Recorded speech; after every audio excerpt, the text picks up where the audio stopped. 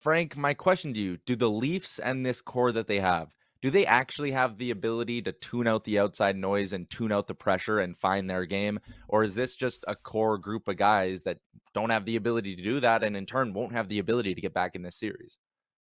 Well, I don't. First off, I don't see a path for them to get back in this series. Do I think the Toronto Maple Leafs are going to win 4 consecutive games? No, I don't.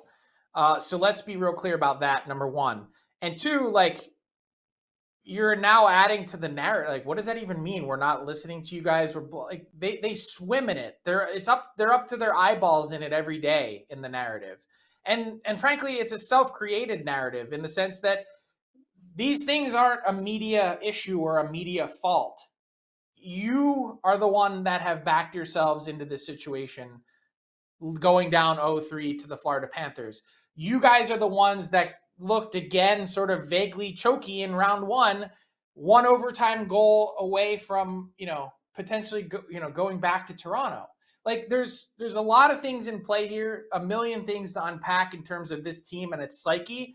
And I like hearing it that they're trying to block it out, but I don't think that it's actually possible. I think those guys are on social media reading, seeing, and if they're not, their family members, their friends, they're all talking about it. It's impossible to escape it in today's environment. So anyone that says that they are, I think is lying, first off. And then second, you're like, it's up to you guys. What are you going to do as the core four? The four players on this team that account for almost 50% of your team's salary cap that have put donuts up on the board in this series. And more than that, don't even look close in especially looking at game 3. Like stop it with the expected goals and all this conversation of, well, had they just, look at these numbers, look at the scoring chances created. There's an eye test that comes with this. And this is where some of the numbers start to lose me.